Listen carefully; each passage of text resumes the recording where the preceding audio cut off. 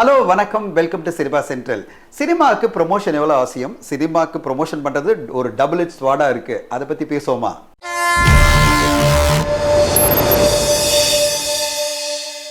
சினிமாவுக்கு ப்ரொமோஷன் எவ்வளோ அவசியம் என்பது பார்த்தீங்கன்னா, காலங்காலமாகவே சினிமாவுக்கு வந்து பத்திரிகை விளம்பரங்கள், வால் போஸ்டரு, அப்புறம் பல விதங்களில் வந்து சினிமாவுக்கு ப்ரொமோட் பண்ணிட்டு வந்துட்டு இருந்தோம். அது ஒரு காலகட்டம் பிறகு சோஷியல் மீடியா வந்த பிறகு என்ன ஆயிடுச்சுன்னா, நம்ம வந்து பல விதங்களில் வந்து படங்களை ப்ரொமோட் பண்ண ஆரம்பிச்சிட்டோம். ஒன்று வந்து ட்விட்டரு, அது பிறகு இன்ஸ்டாகிராம், அப்புறம் யூடியூப் அப்படின்னு பல விதங்களில் ப்ரொமோட் பண்ண ஆரம்பிச்சிட்டோம். அடுத்ததாக திரையரங்கெல்லாம் போயிட்டு படத்தை ப்ரொமோட் பண்ணுறது, இது ரொம்ப காலமாக நடந்துட்டு தான் இருக்குது. இப்போ நிறைய அந்த விஷயங்கள்லாம் நடந்துட்டு இருக்கு. இதை தவிர ஈவெண்ட்ஸ் மூலமாக audio launch event, pre release event, press meet, press show அப்படின்னு பல ஈவெண்ட் மூலமாக ஒரு படத்தை ப்ரொமோட் பண்ணிட்டு வந்துட்டு இருக்கோம் ஒரு தயாரிப்பாளராக. இன்ஃபேக்ட் வந்து ஒரு திரைப்படம் வெளியாகுதுன்னா நாங்கள் ஒரு செக்லிஸ்ட் போடுவோம். என்னென்ன ஈவெண்ட்ஸ் எல்லாம் பண்ணணும், என்னென்ன மாதிரி ப்ரொமோஷன்லாம் பண்ணணும், எங்கெல்லாம் ஆட் பண்ணணும், அவுட்டோர் என்ன பண்ணணும், நியூஸ் பேப்பரில் எப்படி ஆட் கொடுக்கணும், வால் போஸ்டர் பண்ணணும் அப்படின்னு பல விதங்களில் நாங்கள் வந்து ஒரு செக்லிஸ்ட் போடுவோம். இது எல்லா ப்ரொமோஷனும் சேர்ந்து கடைசியில் ஒரு திரைப்படத்துக்கு உபயோகமாக இருக்கா இல்லையா அப்படின்னு கேட்டிங்கன்னா மிகப்பெரிய கொஸ்டின் மார்க் தான் இருக்குது. அதாவது ஒரு திரைப்படம் வந்து ப்ரொமோஷன் பண்ணும்போது எங்காவது ஏதாவது ஒரு வகையில் அந்த படத்தினுடைய தயாரிப்பாளரோ இல்லை இயக்குனரோ நடிகரோ ஏதோ ஒரு கமெண்ட்டை அந்த படத்தை பற்றி பாசிட்டிவாக சொல்வார். ஏன்னா ஒரு திரைப்படத்தை எடுத்த தயாரிப்பாளரும் இயக்குனரும் நடிகரும் அந்த படத்தை பற்றி கண்டிப்பாக பாசிட்டிவாக தான் பேசுவாங்க. அவங்களுக்கு ஏதோ ஒரு நம்பிக்கையில் தான் அந்த படத்தை எடுக்கிறாங்க. ஒரு தன்னம்பிக்கையில் அவங்க சொல்கிற ஒரு வார்த்தை, அவங்க சொல்கிற ஒரு விஷயம் வந்து அந்த படத்துக்கு எதிராகவே மாறி போகுது. இப்போ தங்களை படத்தை ஒரு உதாரணமாக எடுத்துக்கலாம். அந்த படத்துக்கான ஒரு இன்டர்வியூவில் கமல்ஹாசன் சார் என்ன சொல்லியிருந்தார், நாயகன் படத்தை தாண்டி அடுத்த கட்டம் போனோம்னு எடுத்த படம் தான் தக் லைஃப் அப்படின்னு சொல்லிட்டாரு. இப்போ என்ன ஆயிடுச்சுன்னா, இந்த லைனே அந்த படத்துக்கு ஒரு மீ மெட்டீரியலா மாறி போச்சு. நாயகனை தாண்டி எடுக்கிறேன்னு சொன்னீங்களே, என்ன மாதிரி படத்தை கொடுத்துருக்கீங்க தலைவா அப்படின்னு சொல்லிட்டு வரிசையா மீம்ஸ் போட ஆரம்பிச்சிட்டாங்க. அடுத்ததா அவர் இன்னொரு கமெண்ட்டும் சொல்லியிருந்தாரு, நாங்க வந்து இந்தியன் 2 அப்படின்ற படத்தை மூலமா உங்களை சாட்டிஸ்ஃபை பண்ணல, இந்த படம் அதெல்லாம் தாண்டி உங்களை சாட்டிஸ்ஃபை பண்ணோம் அப்படின்னு சொன்னாரு. இது வந்து அகெயின் ஒரு மீ மெட்டீரியலா மாறி போச்சு. எதுக்காக இந்த படத்தோட உதாரணம் சொல்லணும்னா, இப்படிதான் பல படங்களை நீங்க பார்த்திருப்பீங்க. அது அஞ்சான் படத்தோட இயக்குனரை தொடங்கி இப்போ வரையும் பாத்தீங்கன்னா, எந்த ஒரு தயாரிப்பாளரோ இயக்குனரோ நடிகரோ ஏதாவது ஒரு லைன் அந்த படத்தை பத்தி பாசிட்டிவா சொல்லிட்டாலே போறோம், அதை பிடிச்சிக்கிட்டு மீண்டும் மீண்டும் மீண்டும் மீண்டும் மீம்ஸ் போட்டுட்டே இருக்காங்க. இதுதான் படத்தினுடைய ப்ரொமோஷன்ல இருக்கிற மிகப்பெரிய பிரச்சனையா பார்க்குறேன். இப்போ நம்ம எந்த அளவு பேசணும், எந்த அளவு பேசக்கூடாது அப்படின்ற ஒரு சேலஞ்சா மாறி இருக்கு. அதாவது நீங்க இதுக்கு மேல பேசுனீங்கன்னா அது ஒரு மீம் மெட்டீரியலா மாறிடும் அப்படின்ற மிகப்பெரிய எச்சரிக்கை அலாம் பண்ணி இப்போ எல்லாருக்கும் அடிக்க ஆரம்பிச்சிருக்கு. ஐயோ, இது தாண்டி பேசிட்டா இவங்க ஏதாவது நம்ம சொல்லிடுவாங்களோ, நாளைக்கு நம்ம சொல்ற கருத்தையே நம்மளுக்கு எதிராக வந்து பரப்பிடுவாங்களோ அப்படின்ற பயம் எல்லாருக்குமே வந்திருக்கு. எதுக்காக சொல்ல வரேன்னா, நம்ம படத்தை பார்த்த ஒரு நம்பிக்கையில் அந்த படத்தை பற்றி ஒரு பாசிட்டிவாக சொல்கிறோம். ஃபார் எக்ஸாம்பிள் கமல் சாரே சொன்ன மாதிரி, நாயகனை தாண்டி அடுத்த கட்டம் போகிறதுக்காக எடுத்த படம் தான் தக் லைஃப் அப்படின்ற மாதிரி அந்த படம் அமைஞ்சிச்சுன்னா எந்த பிரச்சனையுமே இல்லை. ஆனால் ஒருவேளை படம் அந்த மாதிரி ஒரு எதிர்பார்ப்பை பூர்த்தி பண்ணலன்னா இந்த கருத்தே அந்த படத்துக்கு எதிராக போகிறதுன்றதை நம்ம தொடர்ந்து பார்த்துட்டு வந்துட்டு இருக்கோம். ஸோ இப்போ இந்த மாதிரிலாம் வந்து எல்லாரும் மீம் பண்ண போகிறாங்க, ட்ரோல் பண்ண போகிறாங்கன்னா அப்போ ப்ரொமோஷன் பண்ணக்கூடாதா அப்படின்னீங்கன்னா, ப்ரொமோஷனே பண்ணலன்னா மக்களுக்கு எப்படி தெரியும் உங்கள் படத்தை பற்றி? நீங்கள் படத்தை கொண்டு போய் மக்களுக்கு சேர்க்கலன்னு சொன்னால் அவங்க எப்படி திரையரங்கு வந்து படத்தை பார்க்க போகிறாங்க? மிகப்பெரிய சேலஞ்சே நம்மளுக்கு என்னன்னா, மக்கள் எல்லோருமே என்ன எதிர்பார்க்குறாங்கன்னா, படம் வந்து ஓடிடியில் வரும்போது பார்த்துக்கலாம், 4 வாரத்தில் வரும் இல்லை 8 வாரத்தில் வந்துட போது, நம்ம எதுக்கு திரையரங்கு போய் இவ்வளோ செலவு பண்ணி பார்க்கணும் அப்படின்ற மனநிலை பல பேர்கிட்ட வந்துருச்சு. யாரை கேட்டாலுமே நம்ம ஓடிடியில் பார்க்கலாம், திரையரங்கு என்பது திரையரங்கு அனுபவம் கொடுக்குற படத்துக்கு தான் நாங்கள் போவோம் அப்படின்ற ஒரு மனநிலையில் லட்சக்கணக்கான பேர் இருக்கும்போது நம்ம அவங்கள திரையரங்கு கொண்டு வர வேண்டிய ஒரு கட்டாயம் இருக்கு. அதாவது அவங்கள கையை பிடிச்சி இழுத்துட்டு வரணும். திரையரங்கு கையை பிடிச்சி இழுத்துட்டு வரணும்னா அவங்களுக்கு ஏதாவது ஒரு விஷயத்தை நம்ம சொல்லி அவங்கள மோட்டிவேட் பண்ண வேண்டியிருக்கு. இந்த படத்துல இந்த மாதிரி ஒரு திரையரங்கு உங்களுக்கு கிடைக்கும், கண்டிப்பா நம்பிக்கையோட வந்து படத்தை பாருங்க அப்படின்ற ஒரு நம்பிக்கை கொடுக்குற மாதிரி ஒரு வார்த்தை சொல்லிட்டா, ஒருவேளை படம் வந்து அதை மீட் பண்ணலன்னா அது வந்து நம்மளுக்கு எதிராக மாறிடுன்ற ஒரு பயமும் நம்மளுக்கு இப்போ வந்திருக்கு. ஸோ ப்ரொமோஷன் என்பது டபுள் எஸ் வார்டா எப்படி மாட்டி இருக்குன்னு பார்த்தீங்கன்னா, ஒரு சைடில் நம்ம பண்ற ப்ரொமோஷன் படத்துக்கு வரமாட்டேன்னு நினைக்கிற ரசிகர்களை திரையரங்கு கூட்ட வர வைக்குது. அடுத்த சைடில் பார்த்தீங்கன்னா, ஒருவேளை அதை எதிர்பார்ப்பை மீட் பண்ணனா அந்த கத்தினுடைய அடுத்த சைடாக என்னது, அந்த படத்துக்கு எதிராகவே அறுத்துடுது அந்த படத்தை. ஸோ அப்படி பல படங்களுக்கு நடந்துட்டு இருக்கு. இப்போ ப்ரொமோஷன் எந்த அளவு முக்கியம் அப்படின்றத பற்றி பேசுறதை விட ப்ரொமோஷனை எந்த அளவு சரியா பண்ணணும் அப்படின்றதான் இப்போதைக்கு எல்லோருக்குமே ஒரு பாடமா இருக்கு. ஸோ இப்போ ஒரு படம் வந்து வெளிவரும்போது ஒரு மிக்ஸ்டான டாக் வருது, அதாவது கலவையான டாக் வருதுன்னா அந்த படத்தை சம்மந்தப்பட்டவங்க எப்படிப்பட்ட ப்ரொமோஷன் பண்ணணும் அப்படின்றத பற்றி நம்ம பேசலாம். அதுல இருந்து நம்மளுக்கு தெரியும் ப்ரொமோஷன் வந்து எந்த அளவு தேவைப்படுது, எந்த அளவு தேவைப்படாமல் போகலாம் அப்படின்னு. இப்போ தக்லை படத்துக்கு வந்து மிக்ஸ்டான ஒரு கலவையான டாக் வந்த உடனே அந்த படக்குழுவே சைலண்ட் ஆயிட்டாங்க. யாருமே ட்வீட் போடல, எதுவுமே பண்ணல. அந்த படத்தை வந்து அடுத்த கட்டமாக மக்கள்கிட்ட கொண்டு போகவே இல்லை. சாதாரணமான சிம்பிளான ட்வீட் மட்டும் போட்டுட்டு இப்போது திரையரங்குகளில் அப்படி போட்டு விட்டாங்க. யாருமே எந்த ஈவெண்ட்டும் பண்ணல. அந்த படத்துடைய கலவையான டாக் ஒரு ட்ரோல் வருதுன்னு இந்த படத்தை வந்து ஃபர்தரா எந்த ப்ரொமோஷன் நம்ம பண்ண வேணாம் அப்படின்னு சொல்லி அவங்க ஒதுக்கிட்டாங்க. ஆனா இதே மாதிரி ஒரு மிக்ஸ்டான டிவைடடான டாக் வருது. பல விதங்கள்ல வந்து எல்லா தரப்பு ரிவ்யூஸ் என்ன சொன்னாங்கன்னா, இது ஒரு கிரிஞ்சான படமா இருக்கு, இவ்வளவு ஓவர் சென்டிமெண்ட் படத்துக்கு தேவையா அப்படிலாம் கமெண்ட் பண்ண ஒரு படம் மாமன். மாமன் படத்துக்கு பாத்தீங்கன்னா இது வந்து ரொம்ப ஒரு 80s 90sல வந்த மாதிரி இருக்கு, இல்லைன்னா டிவி சீரியல் மாதிரி இருக்கு அப்படிலாம் அவங்க சொன்னாங்க. ஆனா சூர்யா அவர்கள் வந்து ஊரூரா போறாரு, தன் படத்தை பத்தி ப்ரொமோட் பண்றாரு, நம்பிக்கையோட போயிட்டு அந்த படத்தை பத்தி பேசுறாரு, மக்கள் மத்தியில ஒரு ஆர்வத்தை உண்டாக்குறாரு. அவர் சொல்றாரு, இது வந்து ரெகுலர் சினிமா மாதிரி கிடையாதுங்க, உங்களுக்கான சினிமா, உங்க வாழ்க்கை பத்தியான சினிமா, நீங்க வந்து திரையரங்கில என் படத்தை பாருங்க அப்படின்றாரு. அவங்க எல்லாம் நம்பிக்கையோட போய் படம் பார்க்கறாங்க. அவங்க அடுத்த கட்டமா பேச ஆரம்பிக்கிறாங்க பாசிட்டிவா, இந்த படத்தை பார்க்கலாமே, நல்லா தானே இருக்கு, நல்ல சென்டிமெண்ட் நல்லா இருக்கு, எமோஷன் நல்லா இருக்கு அப்படின்னு. எல்லா ஊர்களிலுமே அந்த படத்துக்கு ஒரு நல்ல ரெஸ்பான்ஸ் வந்து நான் சொன்ன மாதிரி 40 கோடி மேல தமிழ்நாட்டில் மட்டுமே கலெக்ட் பண்ணிச்சு. அதாவது 10 இருந்து 12 கோடி கிராஸ் பண்ணாலே அதிகம், மேக்ஸிமம் போனா ஒரு 15 கோடி பண்ணோம், 5 கோடி ஷேர் பண்ணோம் சொன்ன படம் இன்னைக்கு 40 கோடி மேல கிராஸ் பண்ணிட்டு கிட்டத்தட்ட 18 கோடி ஷேர் பண்ணிருக்குன்னு சொல்றாங்க. அப்போ ஒரு 5 இருந்து 6 கோடி தான் பண்ணணும்னு எதிர்பார்க்கப்பட்ட படம் 18 கோடி ஷேர் பண்ணதுன்னா ப்ரொமோஷன் எவ்வளவு முக்கியம் பாருங்க. ஒரு படத்தை தன்னம்பிக்கையோட, அந்த படத்து மேல இருக்கிற நம்பிக்கையோட போயிட்டு ஊரூரா போயிட்டு அந்த படத்தை வந்து ப்ரொமோட் பண்ணி சொல்லி அந்தந்த ஊர்ல ஒரு ஈவெண்ட் பண்ணி திரையரங்கு போய் மக்களை பார்த்து இந்த படத்தை நீங்க திரையரங்கில் வந்து பாருங்க, உங்களுக்கான படம் இது அப்படின்னு சொல்லி ஒரு நடிகை சொல்லும்போது மக்கள் நம்பி வந்தாங்க பாருங்க. அங்கதான் மாமன் படத்துக்கு வெற்றி கிடைச்சது. ரொம்ப ஒரு மாதிரி படம் பண்ணிட்டாங்களா, இந்த மாதிரி எமோஷன் வந்து நம்ம மக்களுக்கு கனெக்ட் ஆகுமா இல்லையா அப்படின்னு. ஏன்னா மிக்ஸ்டான ரிவ்யூஸ் எல்லாம் வருது, மிக்ஸ்டான ஒரு டாக் எல்லாம் பிகினிங்ல வருது. ஆனா அதெல்லாம் உடைச்சு ஒரு நல்ல தீவிரமான ப்ரமோஷன், தீவிரமான உழைப்பு, ஊருக்கா போய் எல்லா மக்களையும் பார்த்து அவங்களோட பேசி பழகி எல்லா மக்களும் பேச ஆரம்பிச்சிட்டாங்க.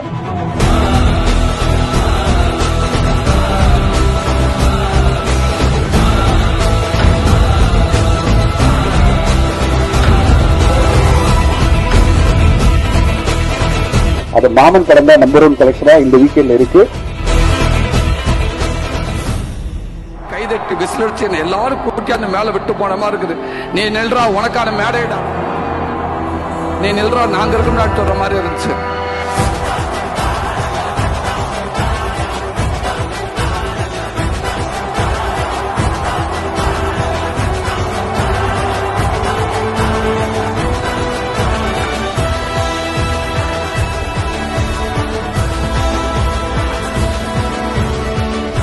இப்படி தயாரிப்பாளர்களும் இயக்குநர்களும் நடிகர்களும் ஒரு படம் வந்த உடனே ஒரு டிவைடனா டாக் வந்ததா, ஐயோ என்னால ஒண்ணுமே பண்ண முடியாது, இவ்வளவு நெகட்டிவிட்டியில நான் போய் இந்த படத்தை ஏன் ப்ரொமோட் பண்ணணும், நான் விட்டுறேன், இதோட அந்த படத்தோட தலையெழுத்தினவோ அது நடந்துகிட்டோம் அப்படின்னு விடக்கூடாது அப்படின்றத மாமன் படம் உங்களுக்கு காமிச்சிருக்கு.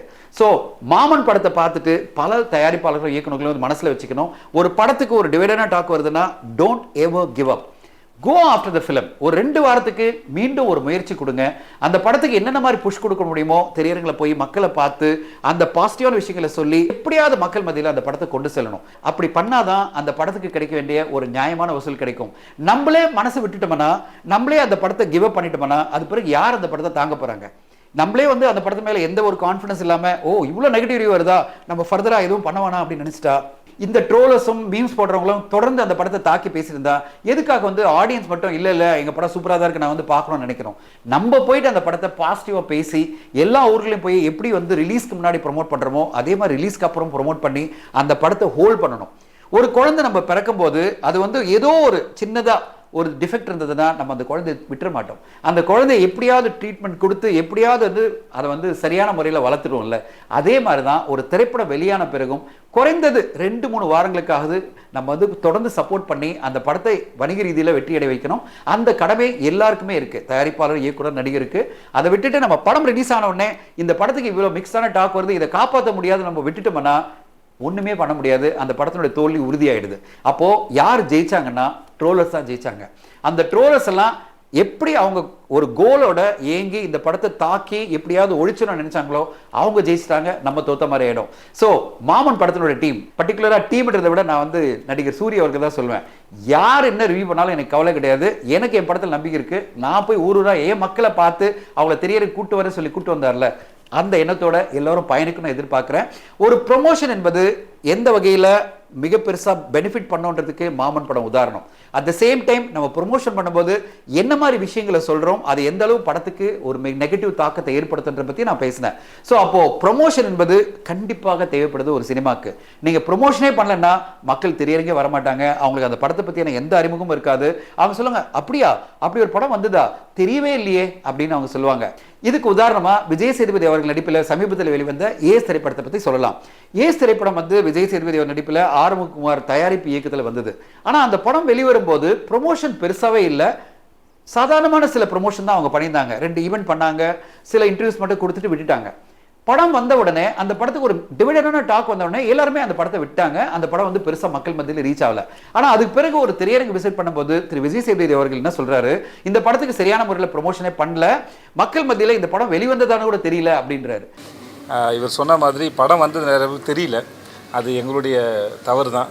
சில நெருக்கடிகள்னால நாங்கள் திடீர்னு படத்தை விட வேண்டிய அவசியம் ஆயிடுச்சு. அது எல்லாத்தையும் சொல்ல முடியாது. மார்க்கெட்டில் ஒரு ப்ராடக்ட் லான்ச் பண்ணும்போது அந்தந்த கம்பெனி ஒரு விளம்பரம் பண்ணுறதை கொண்டு போய் சேர்க்கறதுக்கு அதே போல் தான் கொண்டு போய் சேர்க்கணும், அவங்களுக்கு சொல்லணும், இந்த மாதிரி ஒரு படம் வருது, இந்த மாதிரி ஒரு நாளில் வருது, அது இப்படி இருக்குது அப்படின்னு சொல்லணும். இல்லை, அந்த வேலையை செய்ய வேண்டிய தேவை இருக்குல்ல. வியாபாரம் தானே, வியாபாரத்துக்கு ப்ரொமோஷன் முக்கியம் இல்லையா? அப்போது அந்த படம் வெளிவந்ததா இல்லையான்னு தெரியலன்றது யார் ரெஸ்பான்சிபிள்? அதுக்கு ஒரு தயாரிப்பாளர், இயக்குனர் தான். அவர் தான் அந்த படத்தை வந்து மக்கள் மத்தியில் கொண்டு போய் சேர்த்துருக்கணும். அதுக்கு வந்து நடிகரை கூட வச்சுக்கிட்டு, அதாவது அந்த படத்துடைய கதாநாயகனை வச்சுக்கிட்டு மக்கள் மத்தியில் கொண்டு செல்லணும். இப்போ இவ்வளோ பெரிய முயற்சி, ஒரு 2 வருட காலம் வந்து அந்த படத்துக்காக அந்த படக்குழு உழைச்சிருக்கு.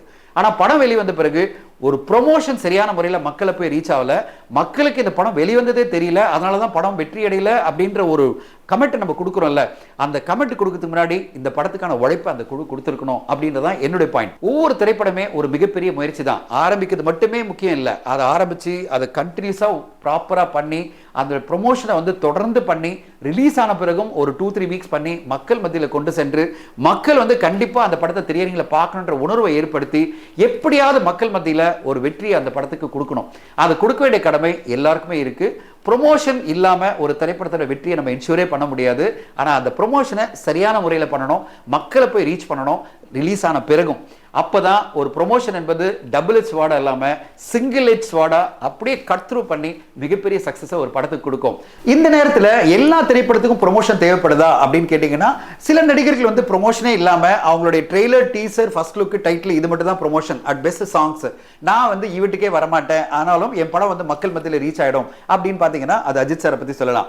அஜித் சாருடைய படங்கள் வந்து பல வருட காலம், கிட்டத்தட்ட ஒரு 10 வருட காலம் வந்து மக்கள் மத்தியில் ஒரு சரியான ஒரு பெம் உருவாகிடுச்சு. அவர் ப்ரொமோஷன் வரமாட்டாரு, எதை பத்தியும் பேச மாட்டாருன்னு. இப்படி அவரை பார்த்துட்டு மீதி நடிகர்கள்லாம் வந்து சூடு போட்டு கூடாது தான் என்னுடைய பாயிண்ட். என்னன்னா அவர் வந்து பல வருட காலமா இதை எஸ்டாப்ளிஷ் பண்ணிட்டாரு, அவர் ஃபேன் கிளப்பே வேணான்னு சொல்லிட்டாரு. அதனால அவர் படங்களுக்கு ப்ரொமோஷன் என்பது அவசியமே இல்லை. மக்கள் வந்து ஒரு எதிர்பார்ப்புல தான் இருக்காங்க அந்த படத்துக்கு. அதனால வந்து அஜித் சார் படம் வந்தாலே போறோம், அதுவே ஒரு ப்ரொமோஷனா மாறி போகுது. அந்த படத்தை பத்தியான அப்டேட்ஸ் எல்லாமே அந்த படத்துக்கு ஒரு பெரிய எதிர்பார்ப்பு உருவாக்கிடுது. என்னுடைய பாயிண்ட் என்னன்னா, ஒவ்வொரு நடிகர்களுக்குமே ஒரு தரப்பு ரசிகர்கள் இருப்பாங்க. அவங்க ஹார்ட்கோரா கண்டிப்பா அந்த நடிகர் நடிச்ச படத்தை வந்து திரையரங்கில் பார்த்துருவாங்க. ஆனா எல்லா தரப்பு ரசிகர்களும் வரணும் அப்படின்னா கண்டிப்பாக நம்ம ப்ரொமோஷன் பண்ணி தான் ஆகணும். அப்பதான் எல்லா தரப்பு ரசிகர்களும் வந்து அந்த படத்துக்கு கிடைக்க வேண்டிய மிகப்பெரிய வெற்றியை கொடுப்பாங்க. நம்ம ரசிகர்கள் மட்டும் போறோம், அதாவது ஒரு நடிகருடைய ரசிகர்கள் மட்டும் போறோம் அப்படின்னா நீங்க ப்ரொமோட் பண்றீங்களோ இல்லையோ உங்க ரசிகர்கள் வந்து உங்க படத்தை பார்த்துருவாங்க. உங்க படம் ஒரு கேலப்பிங்கா இன்ட்ரெஸ்டிங்கா இருந்ததுன்னா அவங்க படத்தை பார்த்து சக்சஸ் கொடுத்துருவாங்க. ஆனா அதுவே படம் வந்து மிக சிறப்பா இல்ல, ரசிகர்களுடைய எக்ஸ்பெக்டேஷனை மீட் பண்ணலன்னா வணிக ரீதியில் மிகப்பெரிய வெற்றி கிடையாது. சோ ப்ரொமோஷன் என்பது எல்லா நடிகர்களுடைய படங்களுக்கும் அவசியம் தேவைன்றதுதான் என்னுடைய பாயிண்ட். இந்த எபிசோட்ல ப்ரொமோஷன் எப்படி ஒரு டபுள் எட்ஜ் வார்டா இருக்கு. ஒரு சைட்ல ஒரு ப்ரொமோஷன்ல நம்ம ஒரு சின்ன தப்பு பண்ணாலும் எப்படி நம்மளுக்கு எதிராக அது மாறும், இன்னொரு சைட்ல கன்சிஸ்டன்டா நம்ம ப்ரொமோஷன் பண்ணி எப்படி மக்களை வந்து உள்ள கொண்டு வர முடியும் அப்படின்றத பத்தி நான் டீடைலா பேசினேன். உங்களுக்கு இந்த எபிசோட் பிடிச்சிருக்க நம்புறேன்.